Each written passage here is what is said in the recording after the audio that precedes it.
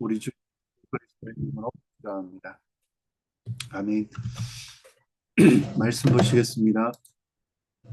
신명기서 5장 21절입니다. 내 이웃의 아내를 담하지 말지니라. 내 이웃의 집이나 그의 밭이나 그의 남종이나 그의 여종이나 그의 소나 그의 낙이나 이웃의 모든 소유를 담내지 말지니라. 아멘. 열 번째 계명을 계속 나누고 있습니다. 탐심죠. 소유가 아닙니다. 그리고 어떤 비교와 불신이 자라나는 마음의 방향이 문제라는 것입니다. 그것은요, 세상의 것으로 만족할 수 없다는 것을 나타내고, 결국 인생과 우리 관계가 낭비되게 만듭니다. 십자가 복음만이 이 탐심에 사로잡힌 우리를 옛 자아를 죽이고 새 자아로서 자족하며 감사하며 사는 새 마음의 길을 열게 하신다는 것입니다. 사랑하는 지체 여러분, 성경은요, 탐심을 단순히 욕망이 아니라고 합니다. 그것을 우상숭배라고까지 말합니다. 바울은 오늘 설교 가운데도 있지만 탐심은 곧 우상숭배라고 이야기합니다. 왜 탐심이 우상숭배입니까? 단순합니다. 탐심은 하나님이 아닌 것으로 기쁨과 만족과 안정을 얻으려고 하는 마음이기 때문에 그렇습니다. 하나님은 우리가 그분을 사랑하고 그분을 구하고 그분의 뜻 안에 사는 것이 가장 복되고 좋은 길임을 우리에게 알려주셨습니다. 근데 우리는요, 어떻습니까? 하나님보다 더 작고, 하나님보다 하찮고, 하나님보다 우리를 살릴 수 없는 것들에 인생을 걸고 있다는 것입니다. 그래서 하나님은요, 탐심을 금하실 때 우리를 억압하시려는 것이 아니고요, 우리의 인생이 망가지려는 것을 막으시려는 것입니다. 십계명은요, 욕망을 끄드라는 명령이 아닙니다. 무엇이 진짜 복인지 다시 우리를 보게 하는 말씀이라는 것입니다. 사도 바울은요, 골로새서에서 탐심은 우상숭배라고까지 이야기합니다. 5절에 뭐라고 이야기합니까? 그러므로 땅에 있는 지체를 죽이라. 곧 음란과 부정과 사욕과 악한 정욕과 탐심이니 탐심은 우상숭배니라. 왜 그러냐면요, 하나님만이 다른 것을 사랑하고 다른 것으로 복을 구하기 때문입니다. 그래서 우상숭배라고 합니다. 이거 탐심은요, 하나님 대신 다른 것을 탐하는 것입니다. 다른 것으로 만족하고, 다른 것으로 행복하고, 다른 것으로 채워질 수 있을 것이라는 것입니다. 생각하고 행동하는 것이, 그것을 생각하고 행동하는 것이 탐심이고, 그런 의미에서 하나님뿐인데, 하나님만이 즐거움인데, 그런 것이 아니고, 다른 것들을 내 즐거움이고, 최고라고 하는 것을 본다면요, 탐심은 우상숭배입니다. 그렇게 되었을 때 하나님 어떻게 하시겠습니까? 슬퍼하십니다. 하나님을 구하고 하나님을 사랑하며 그분의 뜻대로 사는 것이 가장 복된 것인데, 가장 좋은 것을 구하는 것인데, 그보다 하찮은 것을 찾고 사소한 것에 기쁨을 느끼고 기쁨을 줄 수 없는 것에 만족하고 만족을 줄 수 없는 것에 뛰어들고 쓸모없는 것, 헛된 것, 도리어 악한 것, 이런 것들을 구하는 것이라는 것입니다. 하나님은 이것을 막으시려고 하고 있고요. 안타깝게 여기신다는 것입니다. 이렇게 해서 인생이 망가뜨려지고 어렵게 만들고, 얘기했듯이 바닷물을 계속 마시면 갈증이 해소될 것 같았는데 더 갈증이 생긴다라고 했습니다. 밑 빠진 독에 물을 붓듯이 그런 인생을 향해 가는 것입니다. 그런 인생을 사는 것을 하나님께서 막으시려는 것입니다. 그리고요, 사실 그렇게 살지 않도록 더 가치 있게, 그리고 더 귀하게 그 주의 사명을 감당하며 주를 위해서 살 수 있을 것이라는 것입니다. 거기서요, 인생 낭비하는 것을 보시기 때문에 탐심은요, 열 번째 계명이, 이 열 번째 계명이 모든 죄와 연결이 되는 그 근본이고, 그리고 바탕이라고 할 수 있습니다. 탐심 때문에 도덕질하고, 탐심 때문에 간음하고, 탐심 때문에 살인하고, 온갖 악한 것들이 여기서 나온다는 것입니다. 그리고 탐심은요, 구체적인 대상을 두고 탐하는 것입니다. 신명기를 읽었지만요, 출애굽기에도 이렇게 이야기합니다. 내 이웃의 집을 탐내지 말라. 내 이웃의 나내나 그의 남종이나 그의 여종이나 그의 소나 그의 낙이나 물은 내 이웃의 소유를 탐내지 말라라고 합니다. 저것만 있으면, 저 사람들이 가진 것만 있으면 내가 좀 더 나을 건데, 좋을 건데, 저것만 있으면 내가 나아질 건데, 이런 생각을 한다는 것입니다. 여기서 뭐 아내, 남편 이렇게까지 얘기하는 것 또 다른 건 무엇입니까? 애인, 뭐 요즘에 남사친 우리도요 그것을 생각하게 된다는 것이죠. 근데요 여러분은 아마 안 하실 수도 있을 것 같습니다. 근데 어떤 분들은 그것을 한다는 것입니다. 내 남편이 이랬으면 내 아내가 이랬으면 사실 뭐 다 싫은 건 아닐 겁니다. 대부분 싫을 수도 있고 뭐 이랬으면 저랬으면 뭐 이렇게 생각을 할 겁니다. 다른 사람들을 보면서요. 저 사람 같았으면 정말 그랬을까요? 그 사람이 그 배우자에게 물어보면 바꾸자고 이렇게 얘기를 해야지 라고 물어보면 보통 어떻게 얘기하십니까? 그래, 니도 한번 살아봐라. 우리는요, 다 어리석은 자라는 것입니다. 그렇기 때문에 우리는 이웃의 것을 탐합니다. 각자의 다 어려움과 함께 살아가는 그 가운데 아쉬움들이 있죠. 더 넓은 집, 그리고 내 직장이 더 좋았으면, 내 머리가 좀 더 똑똑했으면, 내 집안이 더 좋았으면, 더 기회가 많았으면, 이런 것들을 생각하면요, 지금요, 자기 인생이 펼쳐지고 있는 인생에 만족하지 않는다는 것입니다. 이것을 하나님이 지금 말씀하고 계시는 것입니다. 정말 이런 탐심이 우리 가운데 있다면, 가지고 있다면, 거기서부터 죄가 나오고, 거기서부터 인생의 낭비가 될 것이고, 거기서부터 자기 연민에 빠져서 주를 위해 살아가지 못하게 되는 그런 삶입니다.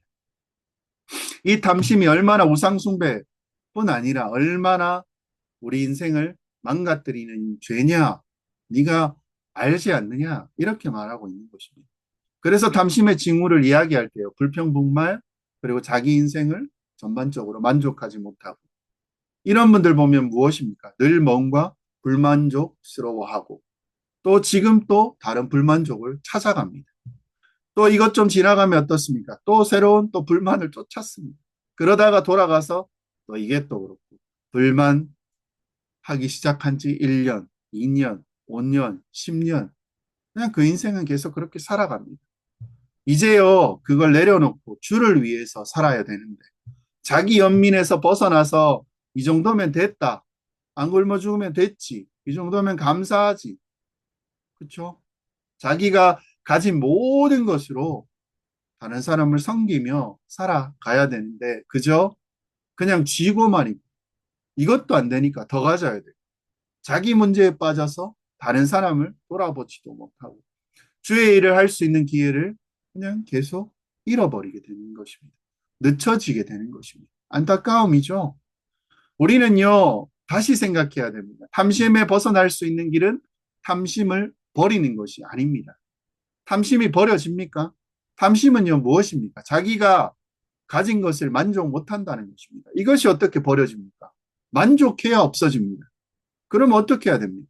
우리는 진정으로 우리를 만족해 하는 참되게 우리를 풍족해 하고 만족해 하며 기쁘게 살게 하는 우리 하나님에게 그 마음을 두어야 한다는 것입니다.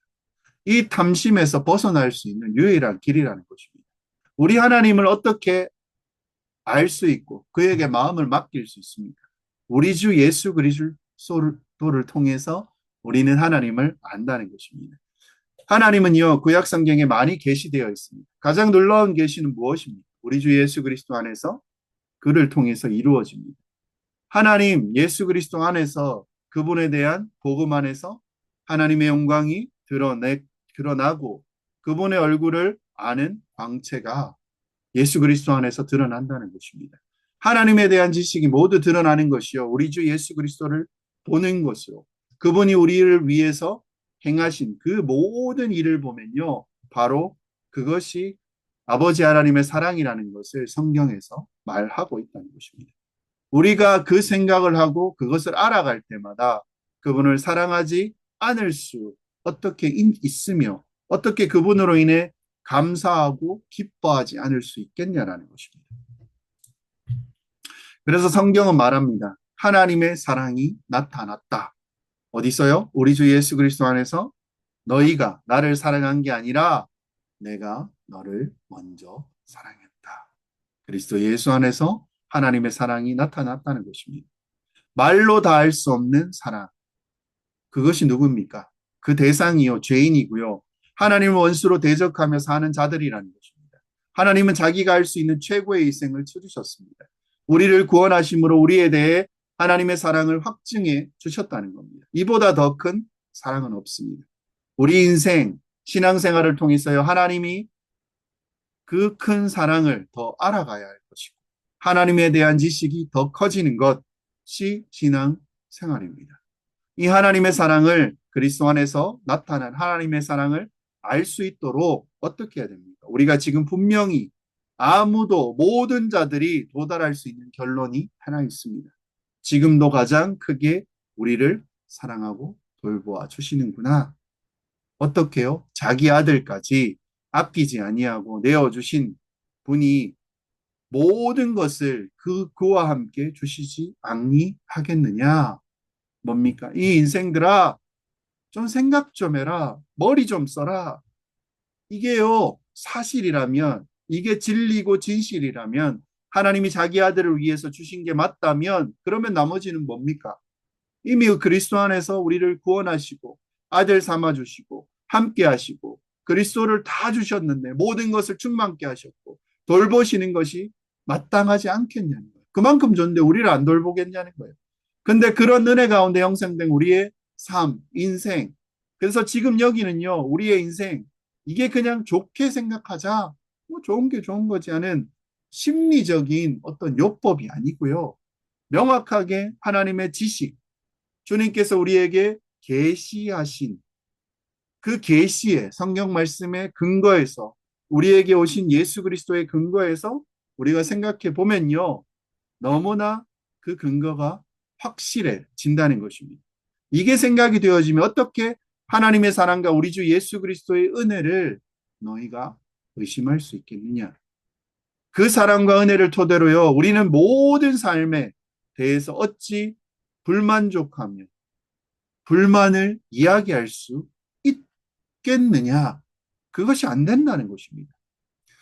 충분하지 않다고요? 설사 그것이 이해되지 않는다 할지라도 선하신 하나님의 그 인도하심을 우리는 압니다. 어떻게 우리를 이끌어 오셨는지. 그분이 함께 하심을 생각할 때 이해되지 않더라도요. 이해되지 않더라도 그냥 그것에 대해서 수긍하는 것. 그것이 바로 참된 신자의 길이라는 것입니다. 이 귀한 길을 걸어갈 때 비로소 10번째 계명. 이것이 더 이상 우리에게 문제가 안 되는 상태가 된다는 것입니다. 우리의 탐심이 하나님이 된다면 그렇다는 것입니다. 사랑하는 지체 여러분, 우리가 인생의 문제에 부딪혔을 때 뭐든 상관없습니다. 학생들, 뭐 시험 전날에 은혜가 필요하죠. 아, 1시간만 더 자고, 아니 내일 아침에 해도 계속 미룹니다. 밤에는요, 학교가 뭐 불이 나든지, 학교가 무너졌든지, 뭐 이래서 시험이 취소됐으면 하는 마음이 듭니다. 전염병이 돌았으면, 그런데 경험했지만요, 그럴 때 어땠습니까? 가게 되죠. 직장에서 너무 큰 실수를 하고요. 큰 일을 앞두고 감당할 수 없는 상황이 되었을 때 젊은 사람들 어떻습니까? 사랑하는 사람과 헤어졌을 때 유행가 가사가요. 그냥 내 얘기처럼 들릴 때 부모면 어떻습니까? 애들이 속을 엄청 썩일 때 또 직장에서 쫓겨날 가능성이 있을 때 집안이 어려울 때 누군가 아파서 또 뭐 내가 아파서 더 살 희망이 없어질 때. 그때 우리는요, 작은 일과 큰 일 상관없이 어떻습니까? 전부 다 우리 주 예수 그리스도 그분을 생각하고 그분을 보내주신 우리 하나님 아버지를 생각하고 그 은혜를 생각하고요. 그리고 우리의 삶을 다시 돌아볼 때 그때 우리는 다시 눈이 밝아져서 우리를 향하신 하나님의 섭리와 이끄심을 그 선물들을 다시 보게 될 것입니다. 그래서 어려울 때조차도요, 아멘 할 수 있다면, 내가 그것을 동의합니다. 할 수 있다면, 그것이 어려울 때 바라보면서 아멘 해야, 그래야 그것을 이겨낼 수 있는 힘도 있는 것이고, 그렇게 할 때 우리의 신앙의 그 중심에, 정수에 도달할 수 있다라는 것입니다. 이것이 우리의 이 십계명을 살필 때 우리가 생각할 수 있다는 것입니다. 그래서 우리는 어떻습니까? 최선을 다해 기도해야 합니다. 에베소서 1장 17절에서 19절에 이렇게 해요. 우리 주 예수 그리스도의 하나님 영광의 아버지께서 지혜와 계시의 영을 너희에게 주사 하나님을 알게 하시고 너의 마음의 눈을 밝히사 그의 부르심의 소망이 무엇이며 성도 안에서 그 기업의 영광의 풍성함이 무엇이며 그의 힘의 위력으로 역사하심을 따라 믿는 우리에게 베푸신 능력의 지극히 크심이 어떠한 것을 너희로 알게 하시기를 구하노라. 하나님께서요 지혜와 계시의 영을 주셨다고 합니다. 얼마나 알게 하시고 또 얼마나 충만한 거지. 그것으로 위해서요 역사하시는 하나님의 능력이 얼마나 대단한지를 알기를 원하신다는 것입니다.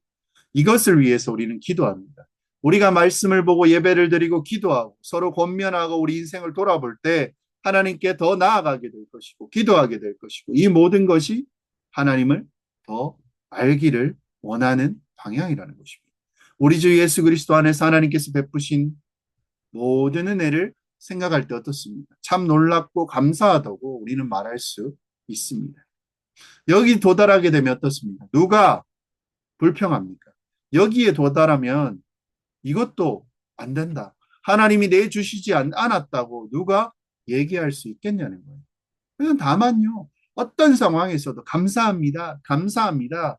이 얘기할 수 있고요. 항상 감사하다라고 얘기할 수 있는 그런 인생이 된다는 것입니다. 그래서 더 나아가 보면요. 우리가 탐심이 불만에서 온다면 그러면 탐심을 이겨낼 수 있는 것은요. 만족으로부터 이겨낼 수 있다는 것입니다. 그래서 이 만족은 무엇입니까? 다른 말로 자족이라는 표현이 있습니다. 탐심은요. 불만족에서 옵니다. 근데 만족하면 굳이 그렇게 다른 사람의 것을 막 탐하지 않습니다. 그렇습니다. 사랑하는 지체 여러분, 자기 것을 이렇게 보니 저게 너무 좋아 보입니다. 다른 게. 이렇게 생각할 때 옆에 있는 사람의 것을 탐합니까? 내게 좋은 게 있다면요. 그런데 관심을 갖게 됩니까? 그래서 만족한다면요. 그리고 넉넉히 충분하다면 그렇게 생각하면 다른 사람의 것을 탐하지 않습니다. 이 만족, 자족에 대해서 여러분 오해하지는 않아야 할 것입니다. 내가 가지고 있는 것이 얼마나 충분한가를 생각하고 자꾸 그렇게 또 생각하는 것입니다. 나는 괜찮다. 나는 우리 남편도 아내도 괜찮고 그동안 안 좋게 생각했는데 지금도 사실 뭐 그렇지만 그래도 나는 만족해. 이렇게 그냥 뭔가 자기 합리화를 가지고 생각하는 것이 아닙니다. 이건 다 허상입니다. 실제로 진짜 만족하지 않아. 근데 그냥 아닌데 이 생각이 근본적으로 내 심중에 만족이라고 이야기하지만 심중의 건 아닌데 설교를 들었으니까 좋다고 생각하는 거라면요. 이것으로 해결이 안 된다는 것입니다. 이건요, 금방 무너집니다. 그 다음에 만족은, 자족은, 하나님이 우리가 필요한 것을 그냥 그때그때 주실 거야라는 어떤 자신감, 내가 원하면 필요할 때 주실 거야. 이런 근자감, 이것도 아닙니다. 지금 별거 없어. 근데 내가 필요하면 주실 거야. 우리 하나님 세상에서 제일 부자잖아. 안 주시면 어쩌나요? 안 주시면 그만큼 더 부족하게 되는 것입니까? 이렇게 이르는 상태나 만족이나 이것을 자족이라고는 하지 않습니다. 또는 무엇입니까? 불교로 말하면 무소유, 뭐 명경지수, 열반, 뭐 이런 거 도교에 말하는 거죠. 명경지수 같은 경 만족이 어디서 옵니까? 하나님과 예수 그리스도를 알고 그분이 나를 다루시고 인도에 가신 그 모든 인생의 섭리를 내가 알고 그리고 하나님의 선하신 뜻도 알고 이것을 확실히 알고 이 모든 것에 기초해서 나와 도달하는 결론이 있어요. 그냥 우리의 마음의 심리적으로 이렇게 바뀌는 것이 아닙니다. 실제로는요. 명확하고 풍성한 지식이라는 것입니다. 내 인생이 어떻게 여기까지 왔는지 확고한 인생의 기반에서 내가 이것을 감사한다고 얘기할 수 있을 때 내 인생이 흘러왔고 내가 어떤 자세로 하나님 때문에 어떻게 감사할 수 있는지를 이야기할 수 있을 때 그 만족과 자족이 온다는 것입니다. 빌립보서에서 이렇게 이야기합니다. 4장 10절에서 13절. 내가 주 안에서 크게 기뻐함은 너희가 나를 생각하던 것이 이제 다시 싹이 남이니 너희가 또한 이를 위하여 생각을 하였으나 기회가 없었느니라. 내가 궁핍함으로 말하는 것이 아니라 어떠한 형편에서든지 나는 자족하기를 배웠노니 나는 비천에 처할 줄도 알고 풍부에 처할 줄도 알아.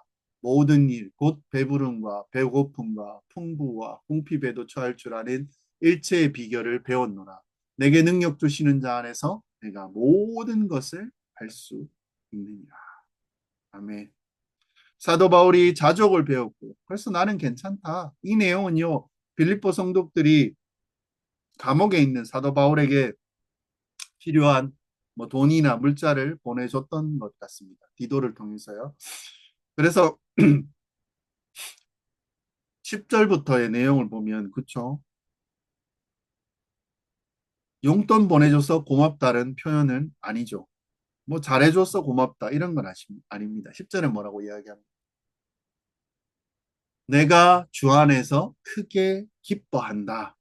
내가 주 안에서 크게 기뻐한다. 근데 보내준 물건이나 돈 때문이 아니라 너희가 나를 생각하는 것이 다시 싹 났기 때문이다. 이게 무엇입니까? 기회가 없었는데 드디어 이제 기회를 잡아서 나를 생각하는구나. 이렇게 하는 것입니다.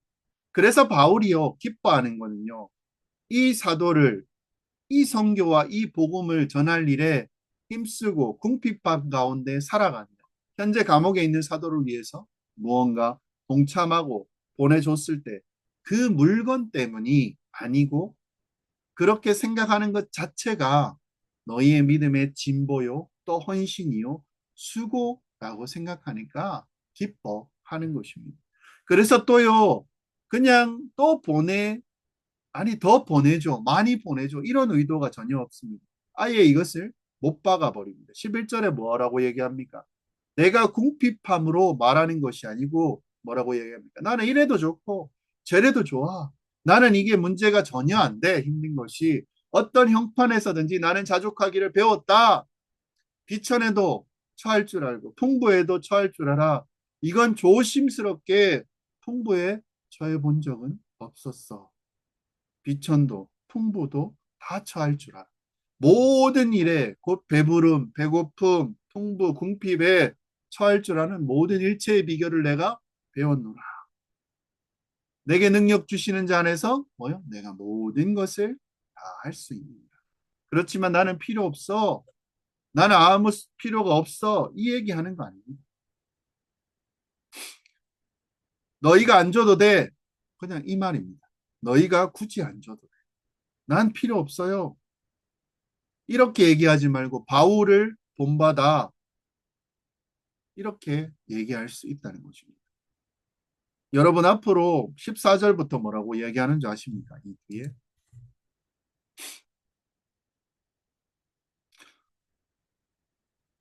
너희가 내 괴로움에 참여했으니 잘하였다.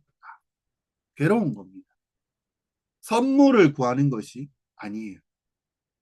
오직 너희에게 유익이 있도록 풍성한 열매를 구한다. 너희들이 잘 주 안에서 성장해 주었으면 좋겠다. 그것이 나를 생각하여 없는 가운데 너희도 궁핍한 가운데서도 이렇게 보내주는구나. 그리고 18절에 뭐라고 이야기합니까? 내게 모든 것이 있고 또 풍부한지라 에바 브로 디도 편에 너희가 준 것을 받았으므로 내가 풍족하니 이는 받으실 만한 향기로운 제물이요 하나님을 기쁘게 하시는 것이라. 감옥에 있는데 내게 필요한 게 다 있어. 또 풍부해.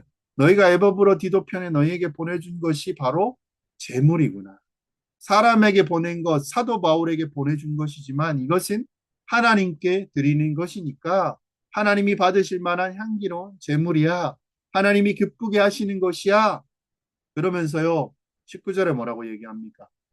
나의 하나님 그리스도 예수 안에서 영광 가운데 모든 풍성한 대로 너희 모두 쓸 것을 채우시리라. 이것을 통해서요, 사도 바울이 어떻게 생각하는 겁니까? 이 문제에 대해서 우리는 잘 알 수 있습니다. 그리고요, 아까 얘기했듯이 자족에 대해서도 이야기합니다. 그러면요, 어떤 상황에도 상관없이 나는 자족한다. 이것을 말하고 이것을 배웠다. 이렇게 이야기하는 것입니다. 근데요, 자족이라는 말은요, 우리가 오해해서는 안 될 것입니다. 자족이란 번역은 만족이란 번역보다 조금 더 나아갑니다. 자족은 약간 오해할 수 있습니다. 이 단어는요, 예전에 그 스토아 학파라는 학파가 있습니다. 들어보셨을 거예요. 그 학파에서 철학의 핵심이, 그들이 가진 철학의 핵심이 자족.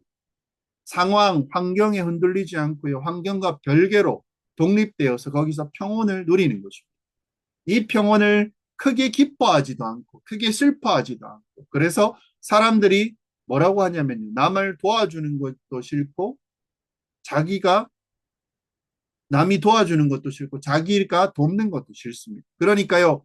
주변과 상관없이 평온을 유지하는 게 이들에게는 행복의 핵심입니다. 그래서 다른 사람, 다른 환경과 상관없이 스스로 세워져 가고 만드는 스스로의 능력으로 세우는 그 만족, 이것을 주장하는 게 스토아 파라는 것입니다. 그래서 자족이라는 단어는요, 사실 이 사람들의 표현에 가깝습니다. 근데 우리는 스스로 만족함이 아니고 무엇입니까? 하나님으로 말미암아 만족. 이 만족으로 어떻게 된다는 것이죠? 기뻐하라는 것입니다. 이렇게 부르심을 받은 자입니다. 근데요, 이 스토아파는 그냥 주지도 않고, 나 받지도 않고, 그냥 그걸로 만족해. 우리는 다릅니다. 그래서요, 자족을 말할 때 어떻습니까? 마치 나는 조금 어렵지만 나는 그렇게 생각 안 해. 그렇게 생각 안 하면요, 나와 상관없이 초연하게 나는 부족함도 생각하지 않고 나는 괜찮다. 이렇게 생각하면서 나는 흔들리지 않는다. 이것을 얘기하면요, 이건 교회에서 말하는 이 성경에서 말하는 또 하나님 안에서 또는 우리 주 예수 그리스도 안에서 13절에 이야기하는 내게 능력 주시는 자 안에서 나 모든 것을 할 수 있느니라. 이 만족, 이 자족과는 아주 거리가 먼 것이라는 것입니다. 우리는 우리 능력 주시는 자를 통해서 그분 때문에 만족하고 자족할 수 있다는 것입니다. 그분의 뜻 가운데 살아가는 여러분 되시기를 바랍니다. 탐심은요, 모든 죄악의 뿌리입니다. 인생을 낭비하게 만든다는 것입니다. 모든 죄의 바탕이 되는 근본의 죄라는 것입니다. 도둑질도 여기서 나오고, 간음도, 살인도, 거짓도 여기서 나온다는 것입니다. 그래서 탐심은 눈에는 잘 보이지 않습니다. 근데요, 가장 깊고 가장 파괴적인 죄입니다.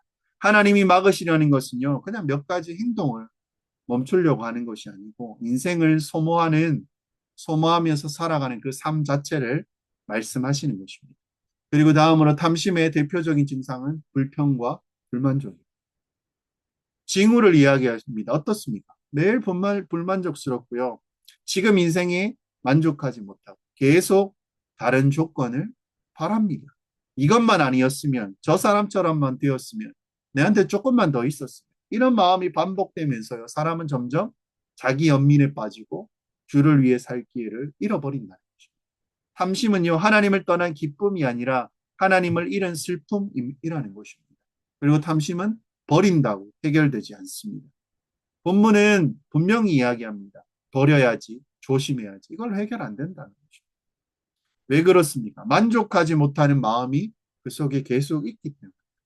그래서 탐심을 이기는 길은요, 탐심을 억누르는 것이 아니라 더 큰 만족으로 채우는 것입니다. 그래서 참된 만족은 오직 예수 그리스도를 통해서만 옵니다. 우리를 진정으로 만족케 하는 분은요, 환경도 조건도 소유가 아니라 오직 우리 주 예수 그리스도 한 분뿐이십니다. 그리스도 안에서요, 하나님은 자기 아들을 아끼지 않으셨고, 우리를 죄인 된 자리에서 우리를 구원하셨고, 자녀 삼으셨고, 지금도 돌보고 계신다는 것입니다. 이 하나님의 사랑을 우리가 알게 될 때, 우리는 묻게 됩니다. 이렇게까지 나를 사랑하셨다면, 정말로 나에게 필요한 것을 다 주시지 아니하였겠네. 5절에 뭐라고 얘기합니까? 다섯 번째. 자족은 철학이 아니라 복음의 열매입니다. 자족은요, 뭐 아까 얘기했듯이 스토아, 구멍가게 철학자들의 태도와 다름을 분명히 이야기합니다. 자족은 체념이 아니라 자기 암시가 아니라 환경과 무관한 냉정함이 아니라 하나님을 알고 그분의 섭리와 사랑을 신뢰하면서 나오는 기쁨이라는 것입니다. 사도 바울이 말한 내게 능력 주시는 자 안에서 나는 모든 것을 할 수 있다라는 이 고백은요. 무엇이든지 이룰 수 있다라는 말이 아니라 어떤 형편에서도 하나님으로 만족할 수 있다라는 그 신앙의 고백이라는 것입니다. 마무리하겠습니다. 사랑하는 지체 여러분, 10번째 계명, 10계명은요. 우리를 가난하게 만들기 위한 계명은 아닙니다. 인생을 헛되게 우상에 낭비하지 않게 하시는 하나님의 사랑의 울타리라는 것입니다. 십자가에서 예수 그리스도는 우리의 모든 탐심과 불만족을 짊어지셨고 부활로 하나님 안에서 만족하는 새 삶의 길을 여셨다는 것입니다. 하나님의 나라와 십자가 복음 위에 세워진 이 교회는 이 진리를 말로만 아니라 삶으로 증언해 나아가는 저와 여러분이 되시기를 주의 이름으로 축원드립니다. 기도 제목 나누고 함께 기도하고 마무리하겠습니다. 하나님보다 작은 것으로 만족하려던 우리의 탐심을 하나님 회개케 하여 주시옵소서.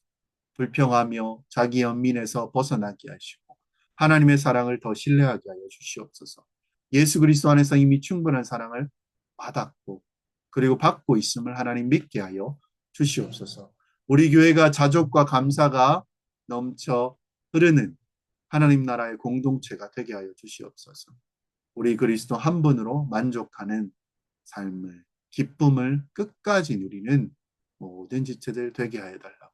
그리고 우리가 예배 자리에 나왔고 또 세상 가운데 또 살아가는 그 걸음 가운데 하나님 함께 동행하시고 주를 더 사랑하게 하시고 또 병든 자, 또 낭망한 자, 힘든 자, 전도할 대상자 가운데도 하나님 은혜 베풀어 주시고 그 가운데 하나님 복음의 그 은혜로 우리가 더 충만하며 기뻐할 수 있는 그런 길을 하나님 열어주시고 또 우리의 삶 가운데 하나님 개입하셔서 복음 안에서 복음 위에서 온전하게 살아가는 자들 되게 달라고 이 시간 같이 기도하며 나아가시겠습니다. 기도드리겠습니다.